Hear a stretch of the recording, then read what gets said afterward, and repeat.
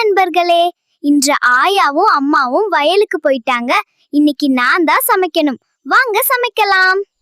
இன்னைக்கு நாம களியும் கீரை குழம்பு தான் செய்ய போறோம். அதற்கு முதல்ல தண்ணீரை கொதிக்க வச்சுக்கலாம் ஃப்ரெண்ட்ஸ். தண்ணீர் நன்றாக கொதித்தவுடன் கொதிக்கிற தண்ணீரை கேழ்வரகு மாவு சேர்க்க வேண்டும். இப்பொழுது சேர்த்த கேழ்வரகு மாவு நன்றாக வேக வேண்டும். மாவு நன்றாக வெந்தவுடன் களி கிண்டும் கோல வச்சு களியை நன்றாக கிண்ட வேண்டும். பிறகு பானையை இறக்கி கீழே வைக்க வேண்டும். இப்பொழுது களி சாப்பிடுவதற்கு தயாராகிவிட்டது. இது மிகவும் ஆரோக்கியமான மற்றும் சத்தான உணவு. நீங்கள் அனைவரும் இதை விரும்பி சாப்பிடுவீர்கள் என்று நான் நம்புகிறேன். ஃப்ரெண்ட்ஸ், இப்பொழுது வாங்க நம்ம தோட்டத்திற்கு சென்று கீரை பறித்து வருவோம். வாருங்கள், நாம் அனைவரும் சேர்ந்து புதிய கீரைகளை தோட்டத்திலிருந்து. ஃப்ரெண்ட்ஸ், இப்ப நாம கீரைய பறிச்சிட்டோம். வாங்க நாம போய் கீரை குழம்பு சமைக்கலாம். ஃப்ரெண்ட்ஸ், கீரை, பருப்பு, இங்க வெங்காயம், பச்சை மிளகாய் இவ அனைத்தையும் சேர்த்து வேக வச்சு கடந்தா கீரை குழம்பு தயார். வாங்க சாப்பிடலாம் ஃப்ரெண்ட்ஸ்.